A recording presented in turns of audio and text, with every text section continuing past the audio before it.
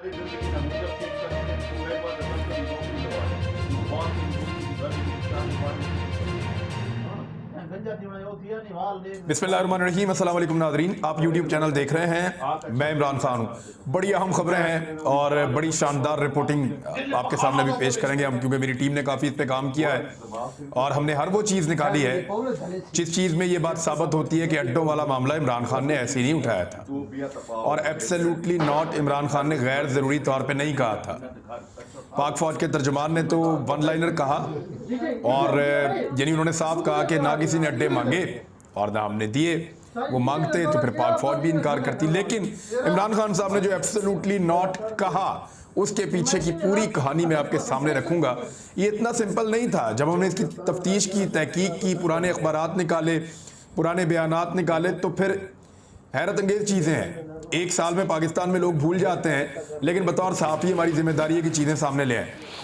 सबसे पहले मई 2021 की खबरें आपके सामने रखते हैं। अमेरिकी सदर जो बाइडन इंतजामिया ने इस बात का एतराफ़ किया कि वो अफगानिस्तान के पड़ोस में मुतअद्दिद वस्ती एशियाई ममालिक, सेंट्रल एशिया के जो ममालिक हैं, उनसे अपने फौजी तैनात करने के लिए बातचीत कर रही है। जो बाइडन ने खुद कहा, उनकी इंतजामिया ने, ताकि अफगान सरजमीन दोबारा अलकायदा जैसे दहशतगर्द ग्रुपों का अड्डा ना बन सके। तो वो ज़मीन मांग रहे हैं आसपास के ममालिक से। पेंटागन ओहदेदार ने भी बयान दिया कि पाकिस्तान ने अमरीकी फ़ौज को उसकी ज़मीनी व फ़िज़ाई हुदूद इस्तेमाल करने की इजाज़त दे दी है ताकि वो अफ़गानिस्तान में अपनी मौजूदगी यकीनी बना सके। मज़ीद ये कि इंडो पैसिफिक अमूर के असिस्टेंट सेक्रेटरी बराए दिफा डेविड एफ हेल्वी, इनका चेहरा भी देख लें, इन्होंने अमरीकी सेनेट की फ़ौज से मुताल्लिक कमेटी में कहा कि पाकिस्तान ने अमरीकी अफवाज को अपनी सरजमीन पर इस्तेमाल करने की इजाज़त दी है ताकि अमरीकी इनखला के बाद भी अफ़गानिस्तान में अपनी मौजूदगी कायम रख सकें। ये अमरीकी असिस्टेंट सेक्रेटरी बराए दिफा हैं डेविड एफ हेल्वी। इन्होंने सेनेट के अंदर ये स्टेटमेंट दिया था कि पाकिस्तान ने इजाज़त दे दी है जनाब कि वहाँ पे हम अपनी मौजूदगी कायम रख सकें, पाकिस्तान के अंदर अड्डे बना के और अफगानिस्तान के अंदर अपनी मौजूदगी कायम रख सकें इनखला के बावजूद। अफगान मीडिया में भी इस किस्म की मुख्तलिफ रिपोर्टें शाया होती रही, जिसमें दावा किया जाता रहा कि अमरीका पाकिस्तान के कबायली ज़िला कुरम में और पाकिस्तान अफगान सरहद के करीब शलोजान और तरमैंगल के इलाकों में फौजी अड्डे बना रहा है। अफगानिस्तान की न्यूज़ एजेंसी और काबिल न्यूज़ ने अपनी रिपोर्ट्स में कहा कि अमेरिका ने पाड़ा चनार में फौजी अड्डा बनाना शुरू कर दिया है। अच्छा, जब ये खबरें आई ना अफगानिस्तान के अखबारात में, उनकी न्यूज़ एजेंसीज ने इनको शाया किया, तो फौरी तौर पे पाकिस्तान में एक भूचाल मच गया था। उस दौर में अपोजिशन के एक नहीं 101 बयानात हैं, जिनमें फजलुर रहमान साहब, उनकी पार्टी के बहुत सारे लोग, जिनमें PMLN उनकी पार्टी के बहुत सारे लोग, जिनमें ANP, जिनमें बेशुमार पॉलिटिकल पार्टीज, वो लगातार ये कहती रही कि अमेरिका को अड्डे तो दे दिए आपने और जवाब दें। अफगान मीडिया इसको लिख रहा है, बहुत सारे सहाफ़ी और दानिश्वर इसके ऊपर आवाज़ उठाते रहे।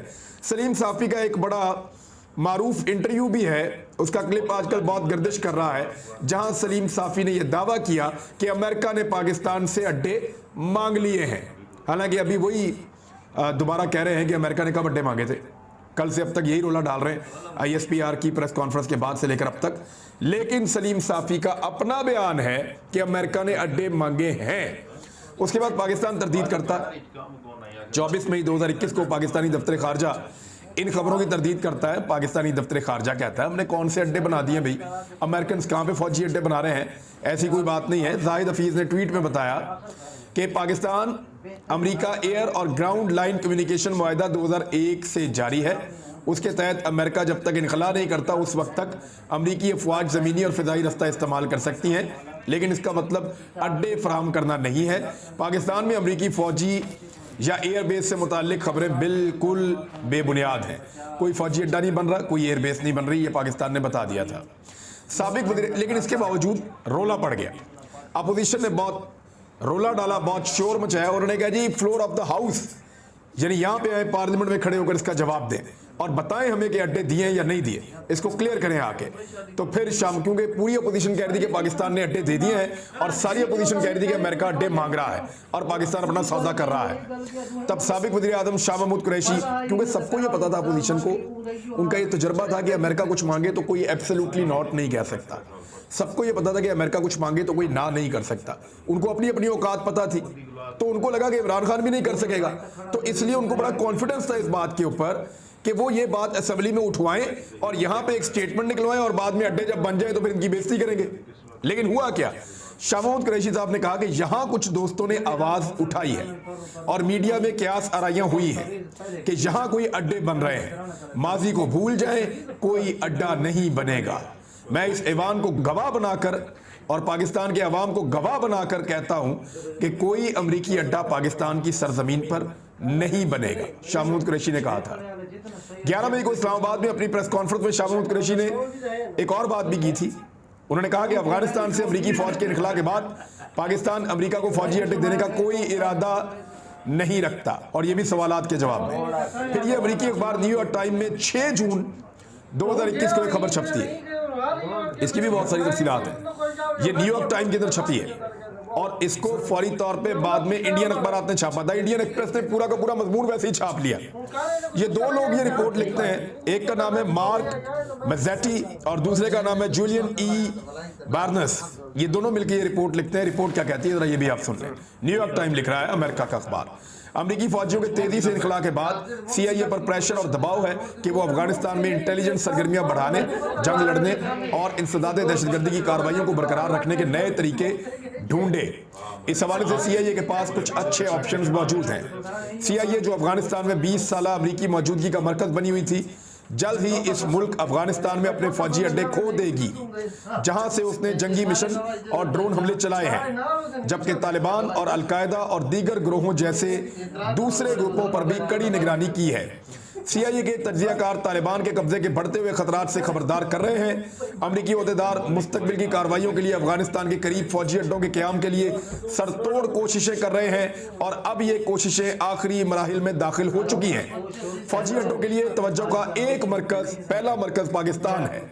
पाकिस्तान में अमेरिका ने माजी में भी फौजी अड्डे इस्तेमाल किए हैं जहां से वो अस्करियत पसंदों के खिलाफ ड्रोन हमले चलाता था, लेकिन 2011 में जैसे ही पाकिस्तान और अमेरिका के ताल्लुकात खराब हुए तो ये सहूलत खत्म हो गई थी। अब कोई भी मुआहिदा इस तकलीफ दे हकीकत के गिर्द घूमेगा कि पाकिस्तान की हुकूमत ने तवील अरसा से तालिबान की हमायत की है या नहीं। वो यहाँ कन्फर्म कर रहा है कि पाकिस्तान के साथ हम बात कर रहे हैं, पाकिस्तान पे जोर दे रहे हैं, पाकिस्तान पे कोशिश कर रहे हैं कि पाकिस्तान में हमें अड्डे मिल जाए। हम ये चाहते हैं क्योंकि इससे पहले भी हम पाकिस्तान के अंदर अड्डे चलाते रहे हैं, फौजी अड्डे हमने पहले भी पाकिस्तान में बनाए हुए थे। इसी रिपोर्ट के अंदर एक बड़ा तहलका खेज इंकशाफ होता है और वो इंकशाफ क्या कहता है, ये अमेरिका से इंकशाफ हो रहा है। बाद में पुराने अखबारात में भी इंकशाफ निकलते हैं।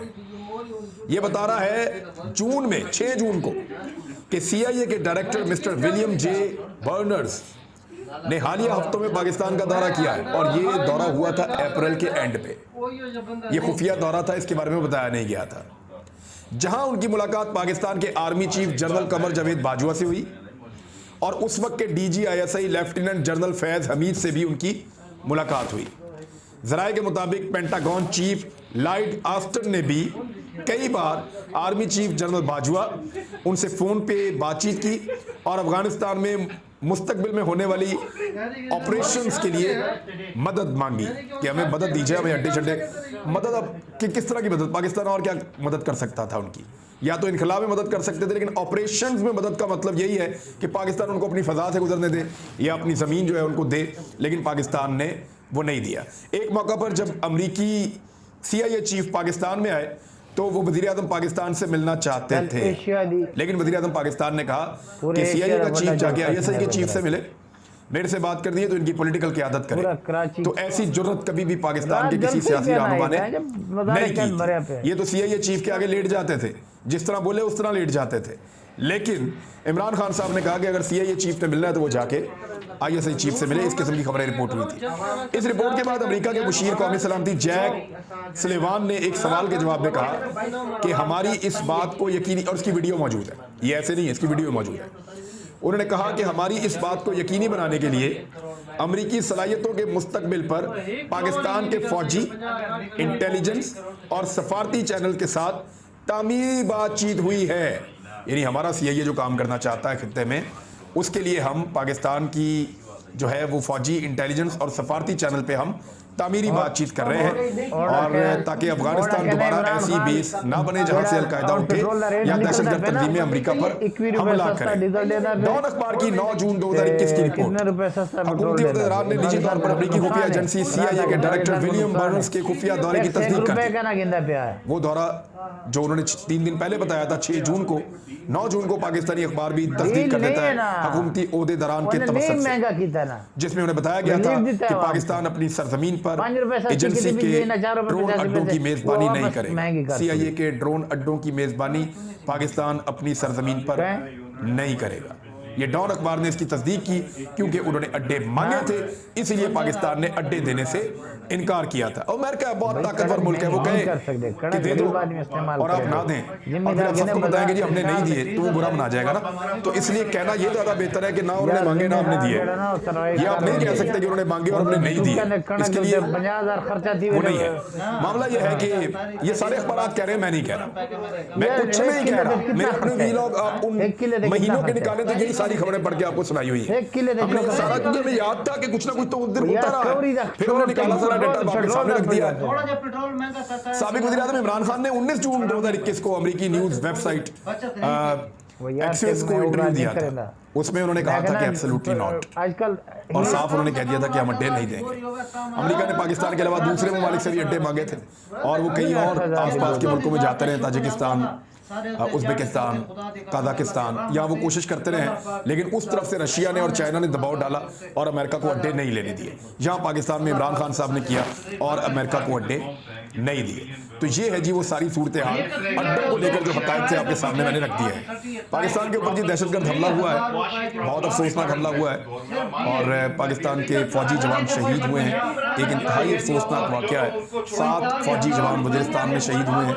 इस अफसोसनाक वाक़े में हमारे नौजवान शहादतें कबूल कर रहे हैं, शहादतें दे रहे हैं इस मुल्क के लिए, और दूसरी जानिब पाकिस्तान के अंदर, उसी मुल्क के अंदर जो है वो एक अफरा तफरी फैली हुई है, पॉलिटिकल अफरा तफरी। मेरे ख्याल में अगर इलेक्शन करवाए जाएं तो हम जल्द इस सूरत हाल से निकल सकते हैं, लेकिन इसका फैसला पाकिस्तान के मुक़्तदर हल्कों ने या ताकतवर लोगों ने करना है। पेट्रोल सस्ता होने के हवाले से मैं सिर्फ आपको 2 चीज़ें बताऊंगा कि कल तक जितने लोग कह रहे थे कि इमरान खान साहब ने क्यों पेट्रोल महंगा किया, सब ये कह रहे थे कि पेट्रोल 90 रुपए का या 100 रुपए का होना चाहिए।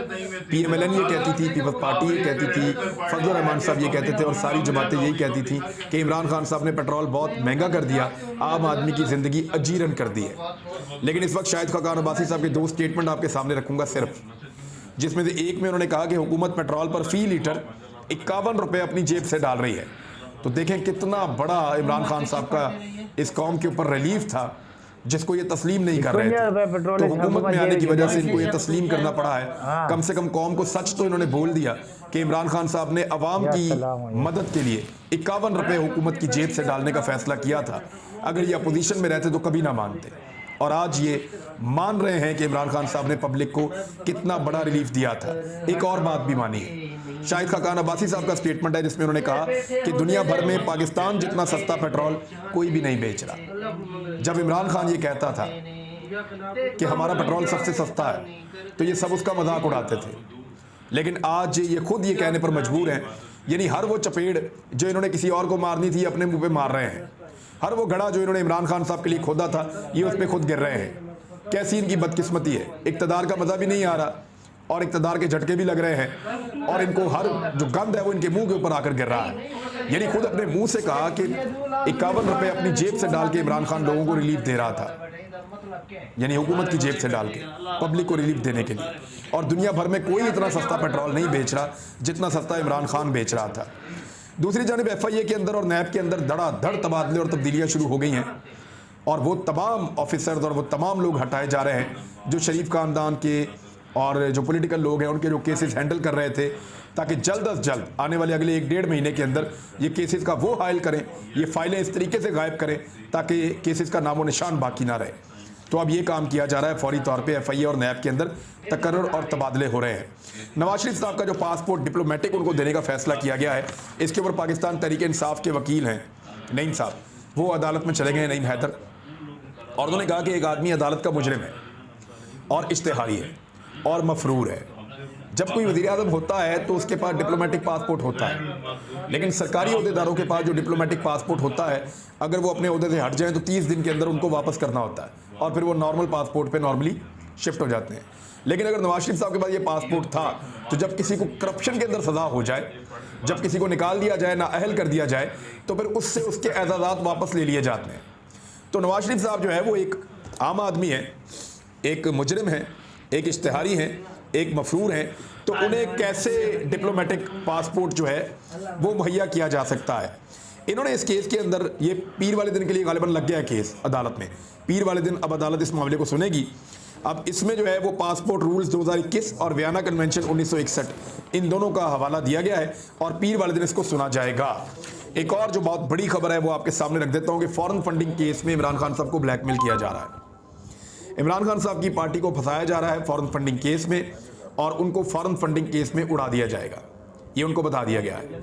इमरान खान साहब को ये कहा गया है कि अगर उन्होंने अपनी इस मुहिम जोई को कम ना किया और अगर वो अपनी अपोजिशन की सियासत को नीचे ना लेकर गए, और उनको ये पैगामात दिए जा रहे हैं कि अगर आपने इस मामले को मज़ीद तूल दिया और पाकिस्तान में अपने एहतजाज को बहुत तेज़ी से बढ़ाया तो ऐसी सूरत में फॉरेन फंडिंग केस के ऊपर फौरी तौर पे आपके खिलाफ फैसला आएगा। अब मैं ये नहीं कह रहा कि अदालतें मिली हुई या ये वो, लेकिन मैं ये बता रहा हूँ कि पैगाम जो पहुँचा है वो सिर्फ मैं आपको बता रहा हूँ मुबैना तौर पे। पैगाम ये है कि फॉरेन फंडिंग केस में इमरान खान साहब को फारिग कर दिया जाएगा। हालांकि फॉरेन फंडिंग केस एक ऐसा केस है जहाँ पाकिस्तान तहरीक इंसाफ की कुछ छोटी मोटी कहीं क्लैरिकल मिस्टेक्स या इस किस्म की चीज़ें तो हैं, लेकिन आप इस पार्टी को फारिग नहीं कर सकते। लेकिन इसी केस में अगर आप PMLN और पीपल्स पार्टी को साथ मिलाकर सुने तो वो दोनों पार्टियां तो हमेशा के लिए फारिग हो जाती हैं। यानी उनका जो फंडिंग का केस है वो तो इससे बहुत ही अजीबोगरीब केस है। तो यहाँ फैसला किया गया कि रोज़ाना की बुनियाद पे PTI का फॉरेन फंडिंग का केस सुना जाए और PTI को जो है फारिग कर दिया जाए ताकि अगले इलेक्शन में ये एक हकीकत के तौर पे मौजूद ना हो और इनको अपनी पड़ जाए। लेकिन मुझे नहीं लगता कि इसके चक्कर में पड़ेगी पाकिस्तान तहरीक इंसाफ। उन्होंने अपना मकसद बड़ा कर लिया है। उन्होंने कहा जी पाकिस्तान के झंडे लेकर आओ, PTI के झंडे ना लाओ। वो इसको एक नेक्स्ट लेवल पे ले गए हैं। अब इस बात से फ़र्क नहीं पड़ता कि एक पार्टी इलेक्शन कमीशन में रजिस्टर्ड है या नहीं है, वो मामला कहीं और ले गए। अब तक के लिए इतना ही। अपना ख्याल रखिएगा, अपने इस चैनल का भी। अल्लाह हाफिज़।